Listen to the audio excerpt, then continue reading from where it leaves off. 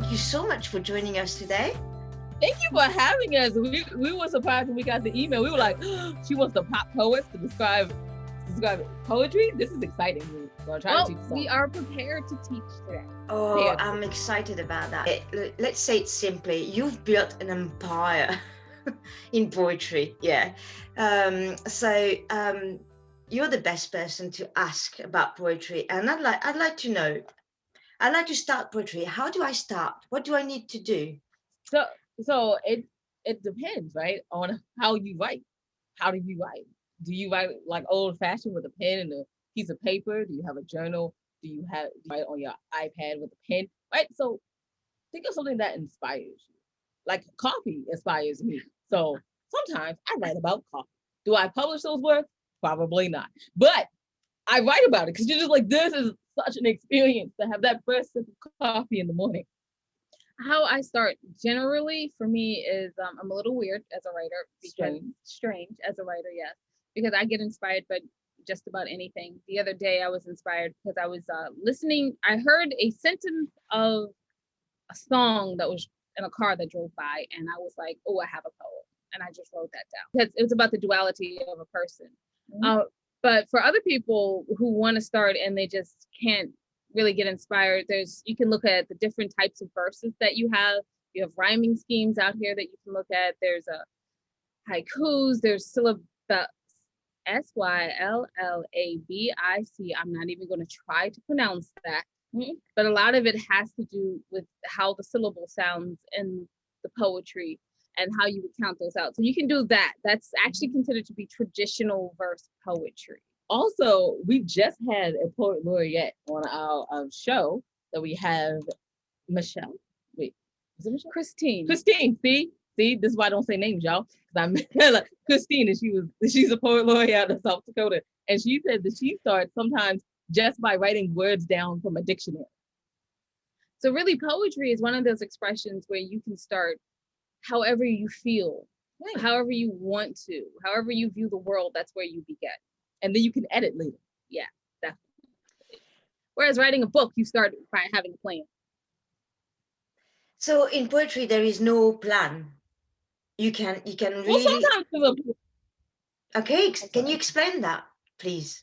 Sometimes there is a plan because sometimes you're writing like a haiku, right? You know you want to write a haiku, and so you go about writing a haiku. Oh, why? Why I said it right like 5 times. When I was talking again about the verses and the traditional verse, normally those poets plan.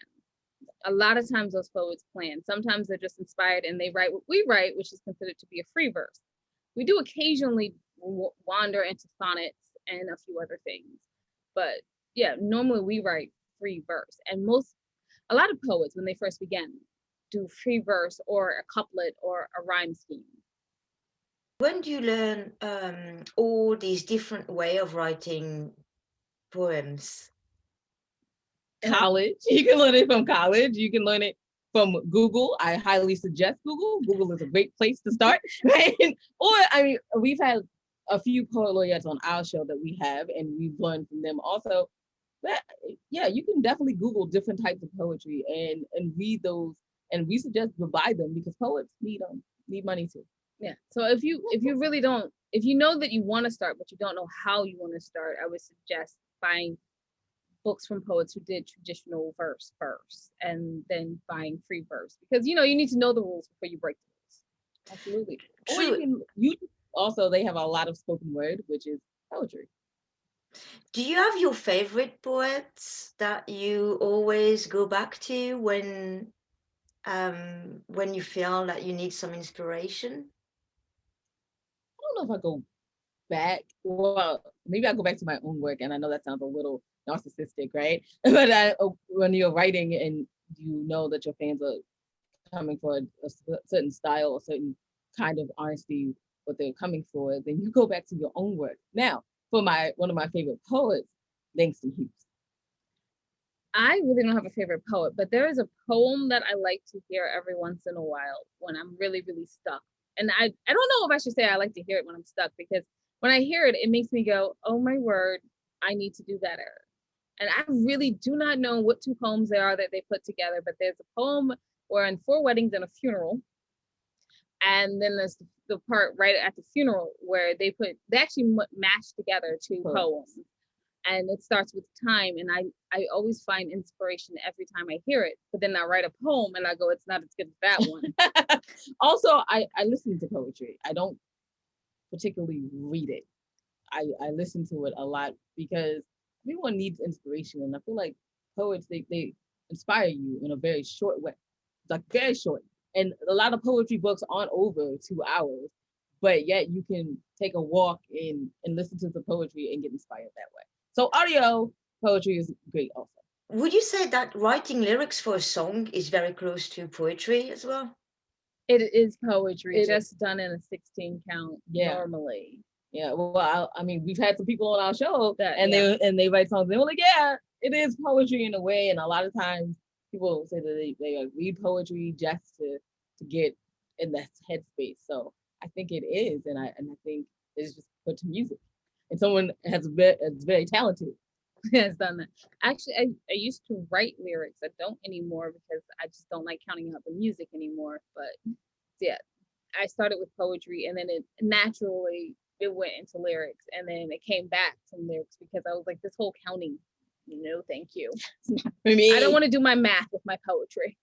Yeah. So for me, I find that people don't recognize how poetry interacts with their life. But then I remember something, I believe it was Whitman. If it isn't, I apologize. Someone correct me one day, please.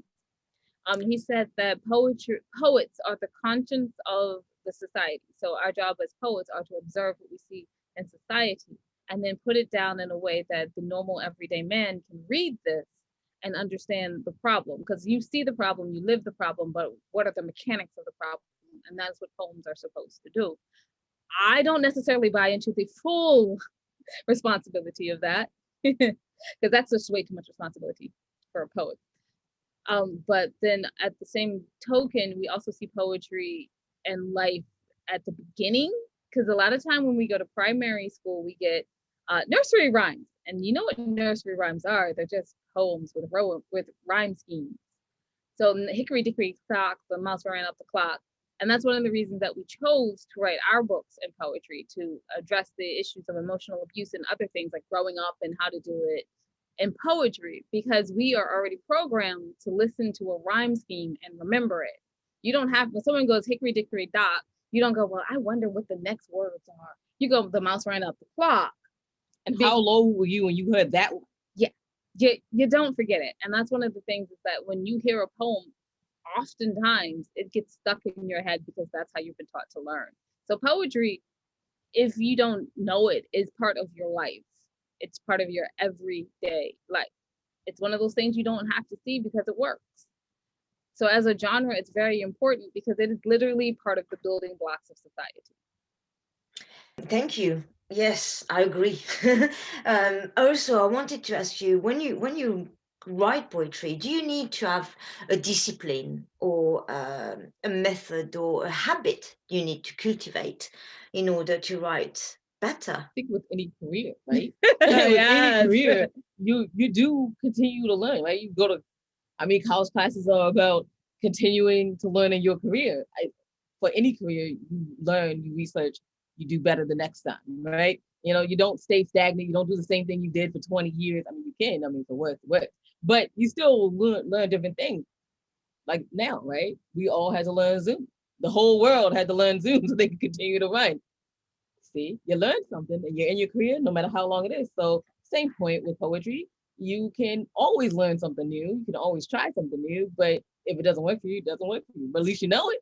How do you two proceed when you come to the editing phase? Do you correct yourself first and then you give it to someone else to read, or? Depends. A lot of times we give it to someone else to read, or you read back over it, right? And you're like, not the best word choice right there. Maybe it's throwing off the imagery. You change that word, but we do give it I think we swap with each other. I was just about to say, we do the peer review thing. We You do remember in school when you would write something, you gave it to someone else, and then they gave it to you, and you were like, "Oh, this is what you need to." That's what we do. Yeah, we do that a lot. Before the editor even sees it, like I will see Wilnona's work and Wilnona will see my work, and we will be like, okay, this needs to change, and this needs to change, and this needs to change, and then always, because I am one of those peers that always be like, great job though. Yeah, because that's just me. Great job though. Because you trust each other, it makes the whole difference, doesn't it? Yes, it does. It does. And you have to trust your editor too. Oh, The one person that you choose to edit your stuff, to trust that person too. Trust that they will know you, like, and won't edit you out. and so as a poet, it's very important to have an editor that you trust, that can see your vision most of the time, and to work closely with them. And if I may jump back, for our editing process, the first thing we do is we edit for meaning. So when we have, when you're inspired, you have a thought you want to give, and so you read it and then you edit. I read it to Jade over here, and then she goes, I didn't get it, or she'll be like, oh no, I get that, this is what this means to me. So we edit for meaning, and then we edit for we do the proofreading, and then we edit overall. We don't do the proofreading. That's how edits. We do a quick proofreading to make sure we didn't misspell any words, or the comma at the end actually makes sense, or we have a complete sentence, we put a period, that sort of stuff. But I think what Jade wanted to say is you have a proofreader, right? Yes, we do. Well, our Yes. ultimately last proofreader. We have a proofreader. Yeah. There's no way in the world we could do it without one. We have a proofreader, so that. And then the third edit is to make sure it fits with the book, and then it goes to the editor that's professional. Okay. How do you get from there? How do you get it published? Do you have to, before getting published, you have to enter competitions or write for magazines, or how do you get known as a poet? So you can do all of those things. Yeah, we are indie published, and we still do all of those things. My first poem, I was published when I was really young, and that was a submission to a magazine. And then the next time I got published was a contest.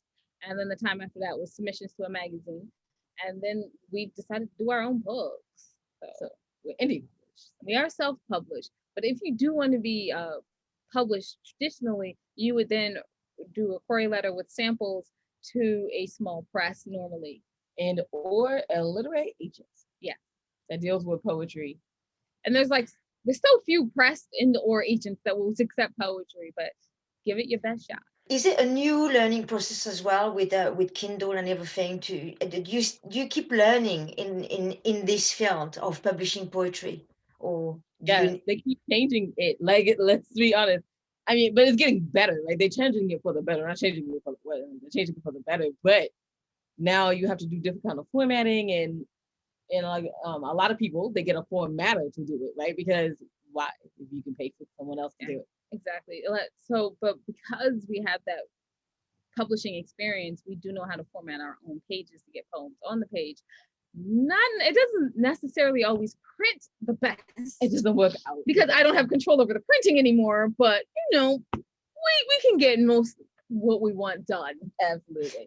And it's like a lot of copies later. So understand that we order our own proof copies, right? We wait for them to send it to us, and then look at what it looks like on the page, and then go back and do it again. Is there any pitfalls that a new poet needs to avoid or to be careful of in poetry? I think a lot of times when people get started with poetry, sometimes it's in their teen years and there's a lot of angst and there's a lot of creativity. And then sometimes they come back to it at a later age and they don't have the same prolific writing that they had when they were a teenager. I would love for people who are coming back to it to remember that when you were a teenager, you had a lot more time on your hands. So you had a lot more time to think and meditate and study and observe and then write about your feelings. And then also remember you had a lot more hormones running through your body, so you had a lot more feelings. So take this time, observe, take the time out to put your writing first, find a little time to do that. No, I'm gonna let Jay do this one because she's always the person that does this for me. What? Keeping a tablet? Oh yeah, always keep a tablet, Post-its. I know what you're all trying to say you choose. So let's be like letters, back of letters or whatever it is. scrap mail. Always keep that stuff around with a piece of paper, because you get inspired by random things and you need to write it down, because we're not as young as we used to be, y'all. And you forget stuff. So you want to write it down. You want to write down what inspired you. Even if you can't finish the poem, you can't do anything, you can come back to it later because you have the piece that inspired you. So always try to keep some of that stuff around, like scrap mail. Also, make sure you write things down, because if you forget it, when you do write a poem similar to it, you're going to swear it was not as good as the one that you had in your head the first time. I remember Wilnona used to have that all the time, and I told her, you need to write down the thought, like not exactly like, oh, this is no. Write down the things that were around it too, so then you can jog your memory, right? So you're not only having a thought, but you were like, I was looking out the window at my neighbor's kid. Like put that stuff, like the thought and what you were doing. So you sometimes it jogs your memory. You're like, oh, that's where it was. That's what it was. I remember now. Also, I wanted to speak to one more point about what new poets should remember. People are going to tell you poets do not make money. Pretty true, right? But don't let that stop you, because you don't know, right? Who was the first person to make a car? We don't know. I mean, I'm sure I don't know personally, but Ford did it and he did it great. And people probably told him he was crazy. What if older people that never wrote poetry before decide at 40, 50, 60, 70, 80 years old, oh, I'm going to start writing poetry. Is it too late? No, we need your wisdom in the world. Please write it down. Oh, the best poet, the best inspired poetry that I've written has come from someone who's in that age range telling me a story, and you're like, the world has to know. They don't need to know the whole story, because when people tell stories, they take a long time. They have to know the gem of wisdom there, and I've got to write it down. So if you can do it firsthand, take your wisdom and write it down in a concise way in a poem, please do it. Because the way that we're doing it now, that's secondhand. That's not even your voice. Put your voice on the page. Let us know what you're thinking. Leave that wisdom in the world to be discovered again. Knowing what the establishment wants is wonderful, but knowing what you want as a poet and your dreams and your creative process and having confidence in your creative process is extremely important. Because for me, knowing what the establishment want almost killed my poetic voice for a moment there. But then I had to come back and be like, hey, I've been doing this since I was 10. I know what I'm doing. Write something down. Just write it. Or get you a Wilnona that makes you write it. Right? Because I wasn't a poet. I didn't know. I was like, I just read your work, Wilnona. And she was like, no, you're going to write. And here I am, 5 years later, still writing. So do it. Because, I mean, what do you have to lose? That's so true. Thank you so much for this. Is there anything that you'd like to add for the masterclass on poetry? We would love to assist with new poets. We're always happy to help. So, I mean, go to our website, fill out our contact us form. So here's the website, www.andwethought.com or www.andithoughladies.com. And we'll be happy to answer any questions. Thank you so much. Can we send you our poems? Certainly. Absolutely. We would love to read them. I love reading poetry. We actually have a literary magazine. We might send you a little letter back asking if you want to publish them. Okay, great. Thank you so much.